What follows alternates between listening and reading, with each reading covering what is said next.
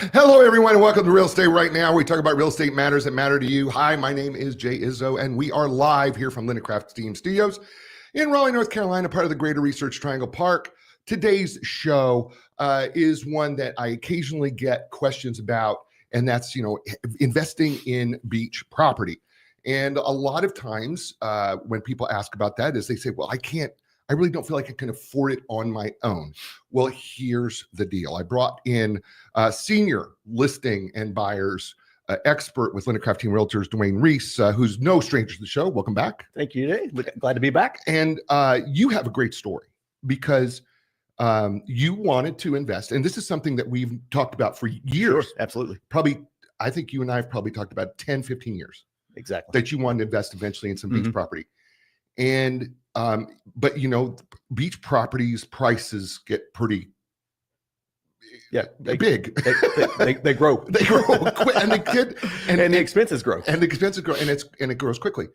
So you well, I'll let them tell about the creative way you got into the beach investment property, and is it really an investment or both? It's a little bit of both, Jay, and it's a great to be with you first of all, and thanks. A great story. And it's funny because the idea and how our beach property purchase came about, you opening the show just now, it flashback memory to you and I and my wife Erica and Linda hanging out at a party one night.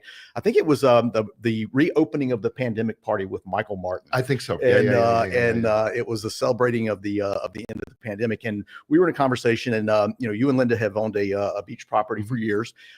We have been privileged to be able to use that property over the years. That's been very generous of you guys. And I remember we were hanging out at the party that night, and I told Eric, I said, I'm going to ask Jay and Linda if they'd ever thought about selling the condo. And so I broached that conversation with you, and you guys shot that idea down faster than I could get the words out of my mouth. There's a reason why. And so it became abundantly clear you guys weren't ever going to part with that property. It's great property, great location, and we have really enjoyed it. But that kind of just, we had that as an idea, my wife and I, and as a goal. And frankly, it was really a 5-year goal. That we were hoping within about a 5-year period of time. We had certain other financial goals that we were trying to accomplish, that we wanted to be able to secure a property within 5 years. And I'm one of those guys that I'm on homes.com, I'm on Zillow, because I don't have access. I don't have any more access to the beach market than anybody else, because I'm a member of the Triangle Multiple Listing Service. So I'm on the apps just like everyone else. Well, then, right? Because now we do. Now we do have access. But back then, just following Zillow. Right. And constantly properties would pop up. I had searches set up, certain criteria, mostly focused on Carolina Beach, but some in Atlantic Beach and other locations on the North Carolina coast. And so I would get these alerts, and the alerts would capture my attention, and I'd text it to my wife and take a look. And I would always look at the map because we knew exactly where we wanted to be. We were very familiar. We'd done our homework, and we'd spent a lot of time there. And so it's constantly sending properties to her. And she would comment back or respond to those, and we'd have that conversation. And then one particular morning, this goes back about 2 years ago, somewhere around February or March. I'm a big early morning guy. I get up, have my certain routine, coffee and reading and that kind of thing, like to go for a walk or a run. And this one property had popped up that was just absolutely perfect. Everything about it was perfect as far as location, the amenities, the no HOA fee, which were certain things that we were looking for. Everything about it was perfect except for one thing, and it was the price. And the price was a little more aggressive than we really were comfortable on at that point. So anyway, I sent it to my wife like normal, text it to her through the Zillow app, and go for my walk. And I'm out just walking. I'm thinking about the property, and I'm kind of reflecting on it. And I thought, what if we put together an ownership group? What if we put together a team of people, and we purchase this property as a team through an LLC? 2 partners, 3 partners, maybe 4, depending on the idea, or depending on the number that we could get involved. It would do a couple things. One, it would minimize our risk and exposure. It would minimize the responsibilities that we have toward that property. And frankly, at that stage of our lives, and even at the stage we're in right now, we can't use the beach property as much as we would like to. If we were independently wealthy and retired and weren't fully invested in helping other people buy and sell real estate, and we were going to spend full time at the beach, Sure. Yeah. But we, realistically, we can spend 4, 6, 7 weeks a year or parts of those weeks at the beach where we can still work and still profit. But so that was a couple of things. One, minimize our risk. And then number two, the amount of time that we actually get to use the property. So that was kind of the genesis of the idea. So here's the thing that I want people to capture from this is that, first of all, it's the same issue that I get from people going, I would love to invest at the beach, but I just don't feel like it can do the outlay of the money on my own. Sure. You got creative and put 2 other couples together to do this, to minimize the risk. Talk about, for us, for people who might want to do this, putting the other couples together and that the logistics of how that went about, because you talked about forming an LLC. Talk about putting that together and what the parameters were for that. And so that's a great question, Jay, because the process that we went through was a pretty interesting process. I remember my wife that night got in, and we were doing what we always do, kind of unpacking our days and what we did.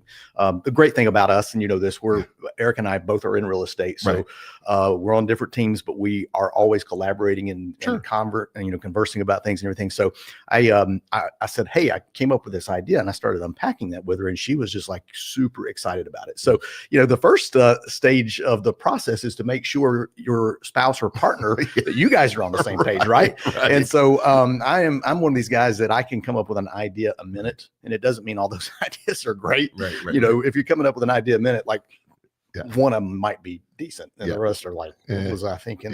There. So must have been having a bad day. But anyway, she loved the idea, and so we actually started through a process. We actually got pen and paper out. Actually, no, I take that back. I'm a notes and iPhone guy. So pen and paper electronically, and we started making a list of people, because if you're going to do a personal and business deal, it needs to be people that you actually enjoy being with and spending time with. So we started out just making a long list of people in Erica's personal sphere, my personal sphere, and some of that's actually combined, of couples that we hang out with, people that we work with. And we came up, Jay, with a list of about probably 15 couples that we had some interest in reaching out to. And then we actually just started that process, reaching out one by one, gauging interest.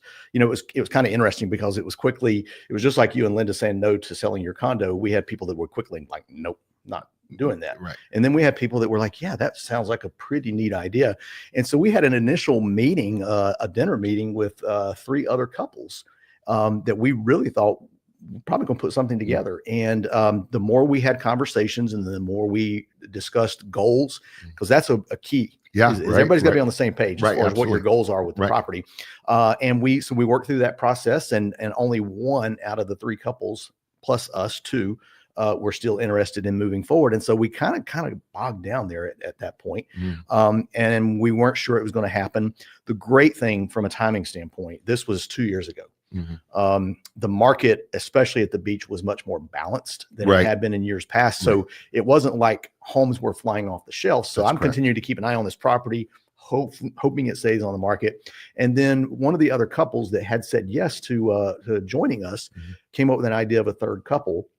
And so we met, had breakfast, and really everybody, that really was great. Everybody was on the same page, and wouldn't you know it, multiple offers rear their head, right? So we just had this breakfast meeting, and I get a phone call from the listing agent at the beach who's saying, hey, we just got an offer in. Are you still thinking about bringing an offer? And so all of a sudden that accelerated the process. The 2 other couples who had not actually seen the home got in their cars and drove to the beach on a random Sunday morning in like March. Which is 2 hours and 15 minutes away. It's a good drive. Yeah, it's a good drive. So long story short, we all were on the same page as far as offer price. The fortunate part on that was I was representing us as the buyer's agent on the deal.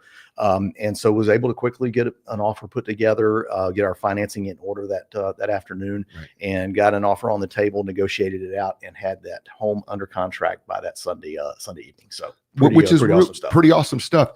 Talk about what you put into the LLC, because you did have to come up with some sort of a contractual agreement between, you've got 3 couples involved. And I know that you're all on the same page, but you did put a formal document together. We did. to make that happen. Yeah, and before I even go to the LLC, let me step back for just a minute and talk about the ownership group itself.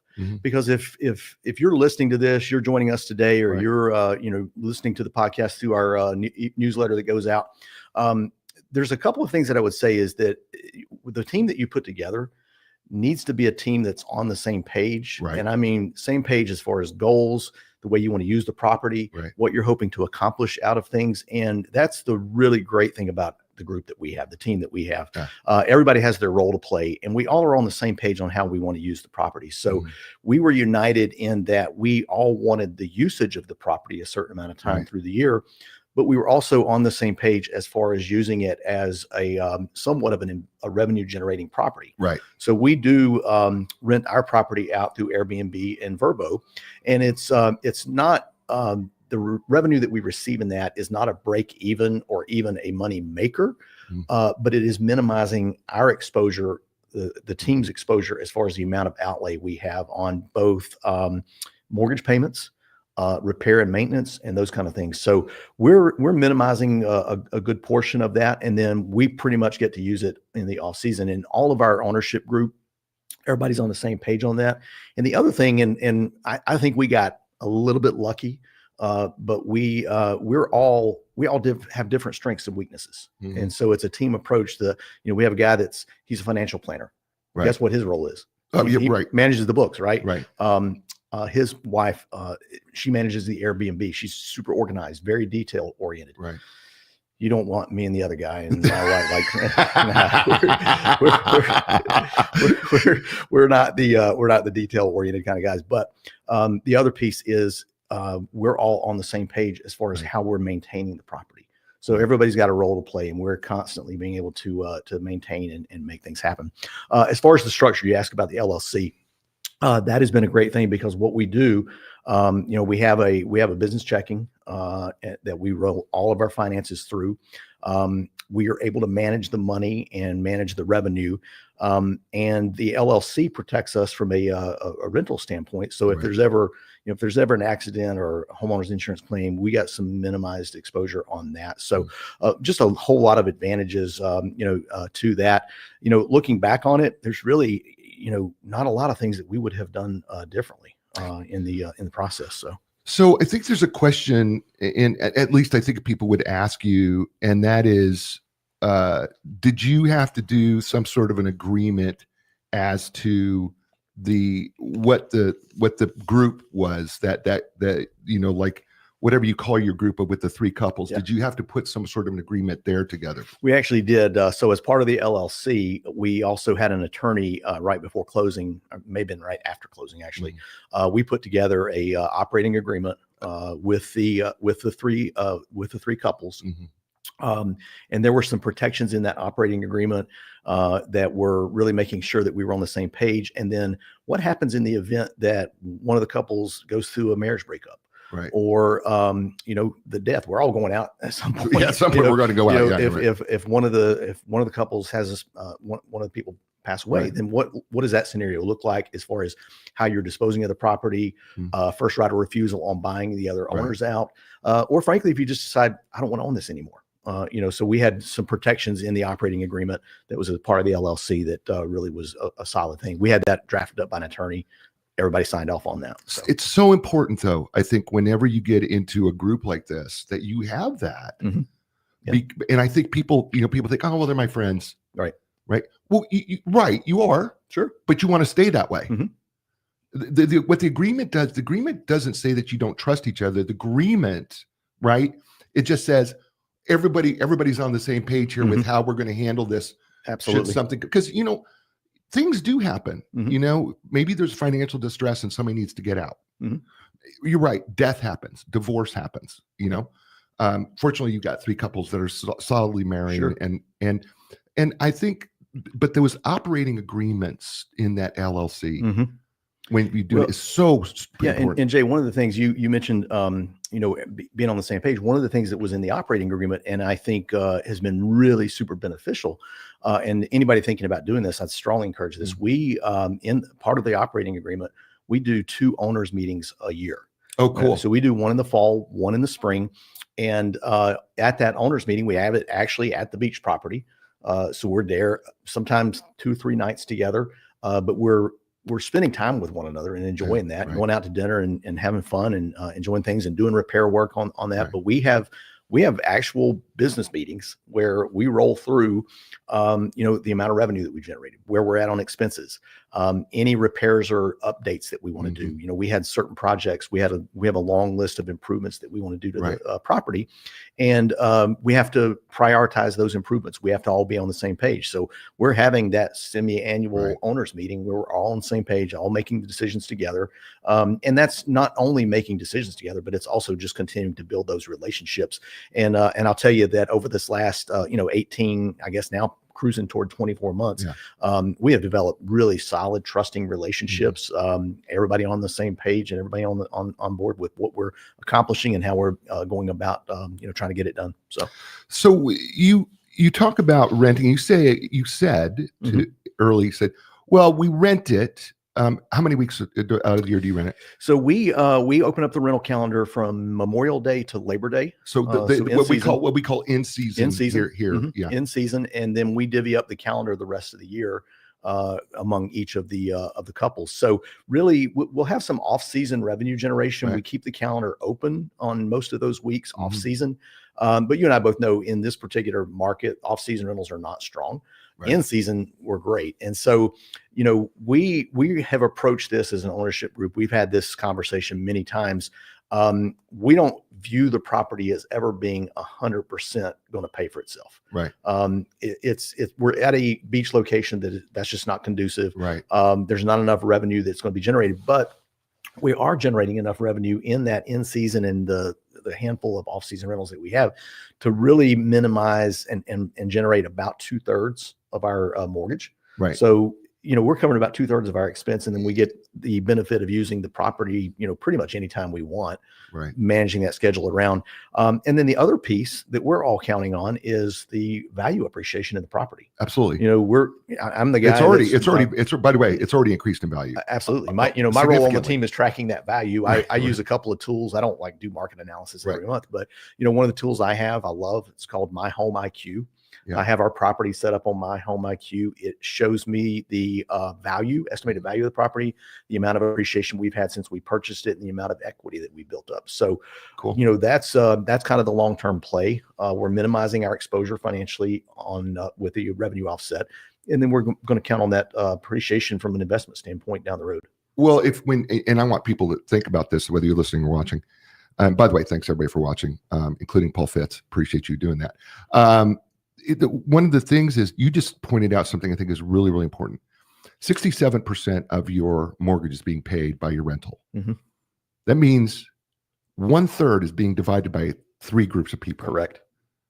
That makes a beach home extraordinarily affordable. It does. And that's not 100% of our expenses. We have we have utilities and then we have maintenance and improvements that we're doing. But yeah, it significantly makes it a lot easier to purchase the house. Now, when you went about purchasing this house, did you notice, I mean, you're an experienced agent. Did you notice anything different about the process of purchasing a home at the beach versus purchasing a house here in the Triangle? Yeah. Was there some differences? Definitely a couple of differences, Jay. And each area from a rental or investment standpoint, let's talk about a couple of different areas. So we have the beach, we have coastal properties here in North Carolina, we have the mountains. Right. And those are remarkably similar in process because what we don't have in normal resale market that we have here in the Triangle is you have other factors at play. So when I say other factors at play, personal property. So in beach properties and sometimes even in mountain properties, there's a greater amount of personal property that can be included in a contract or negotiated in as an addendum or a bill of sale. And you see that pretty routinely on beach properties. If somebody's selling their beach property, they don't need the furnishings inside. In our particular case, it was not a full-time used beach property. It was somebody's residence, somebody that lived at Carolina Beach full-time. So that was a little bit different, but we were still able to negotiate in some personal property. So that's one piece I would give everybody to kind of pay attention to. What can you negotiate in on a personal property basis? Second factor got to pay super close attention to HOA fees. Mm. So one of the things that, as I was going through this process, my Zillow app is hitting me with homes or homes.com. I would look at location because I knew the locations we wanted to be and locations we didn't want to be. But the other factor was HOA fees. So I was focused on HOA fees, and really what we wanted was no HOA fee. All right. And so in condos, Like we have, you typically have higher HOA fees. we do. So if we're going to try to offset some of the expense with a revenue producing property, the lower or no HOA fee is much more attractive. And so I would pay attention to those properties. The property that we own is a townhouse, but it's a townhouse that doesn't have any HOA fee. We share a wall with an adjoining neighbor, and we got to know that neighbor very well. House next to us, we've got to know that neighbor very well. So there's just a lot of community there in that group. So HOA fees, you got to take a look at. Third factor, and I mentioned location. Get to know some locals. Spend some time where you want to invest, because when you do that, you get to know the area really well. And you're going to know this as well as I do. The north end of our island, it was not as desirable. The property values are not as desirable because when you have what's called the king tide, Which is going on right now. Yep. That north end tends to flood when you get heavy rains. Which it is doing right now. Exactly. And so we were steering clear of that. Right. I could look at a map. I was looking at property so much, I could see the value on the property and know which end of the island it was on. Yeah, absolutely. And then just zone in on the map and Absolutely. go, okay. So that would be a second factor. And then the third thing I would highlight, especially on beach properties, is pay attention to flood insurance. Good point. And it was interesting. We were not actually required. We're 2 blocks inland, and you'd think only 2 blocks inland, you didn't need flood insurance, and we didn't. But we got it anyway because it was a reasonable price. We've not fortunately had to use that flood insurance, but that's a factor that if you're going to invest in a property, and then on top of that property, you're going to add in a high HOA fee, or you're going to add in flood insurance. Those are expenses that if you can avoid them, it makes your investment that much more valuable because it's minimizing your expense.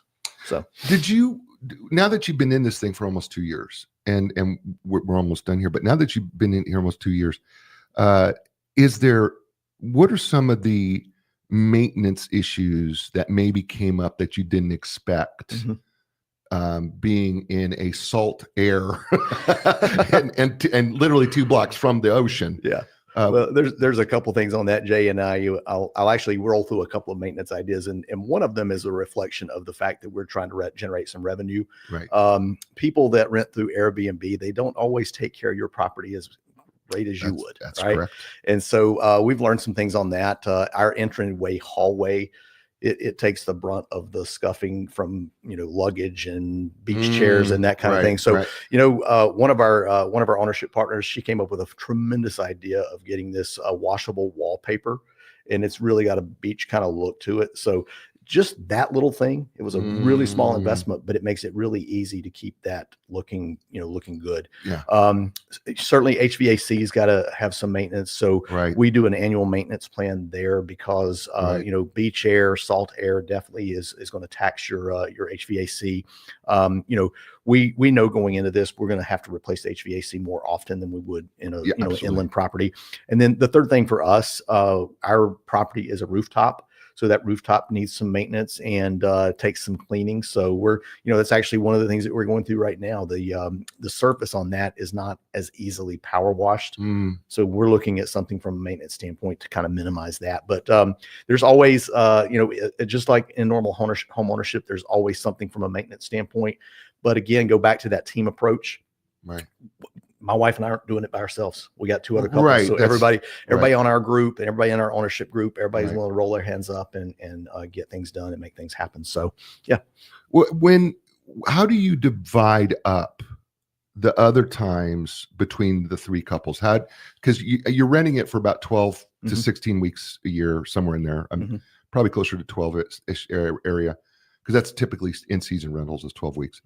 How do you divide up the time? Yeah, great question, Jay. At our last owners meeting, which was back in October, we just pulled a calendar out and everybody went through and we picked basically 12 weeks. Each couple's picking 12 weeks. Then we got 12 weeks basically in season. Right. And those 12 weeks you pick, If you want to completely block them from the Vrbo or Airbnb calendar, you can.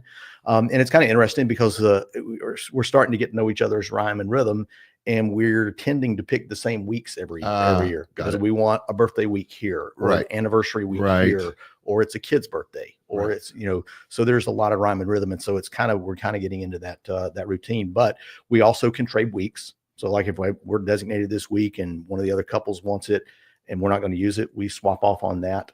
And then if your particular week, if you didn't block the calendar, if it gets rented, then that generates that revenue comes to you for your week. So, oh, really? Yeah. That's a really cool deal. Yeah, it really is. So we have the option to do that. And, we're minimizing the expense, and then we can also generate some personal revenue as well.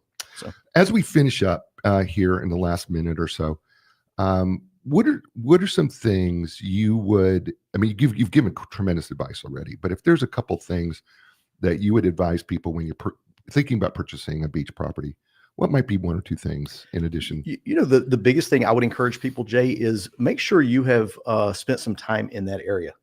Vacation, spend time, get to know the community, get to know the area before you just pull the trigger on a purchase. I'll use myself as an example. I love the Panhandle of Florida. I spent time there years ago, but not in the last few years.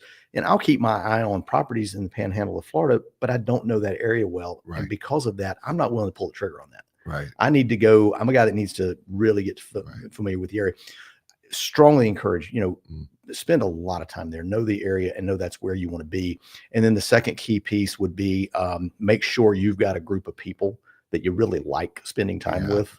And that you're united with, and that everybody's willing to roll up their sleeves and pitch in and get things done. Those are some of the keys. That's awesome. Okay, now here's the deal, folks. Before we go off, and I'm going to let Dwayne do this.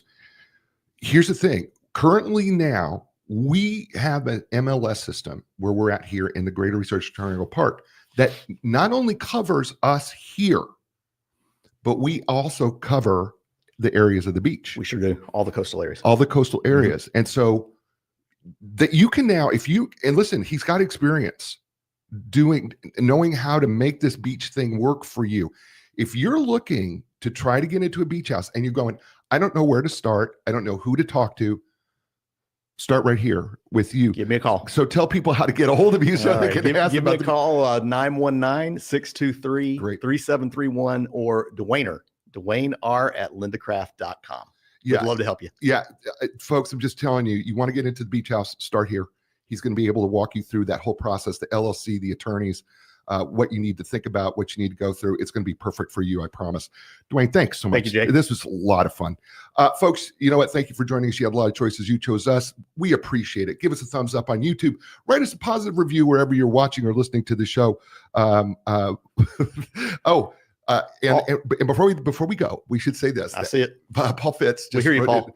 Tell them to talk to a lender first. And so Paul Fitz is available if you need to. He's been on the show. Hey, and I'll say it's important if you have a lender on your ownership team. That never helps. That never hurts. Never hurts if you have a lender on your ownership team.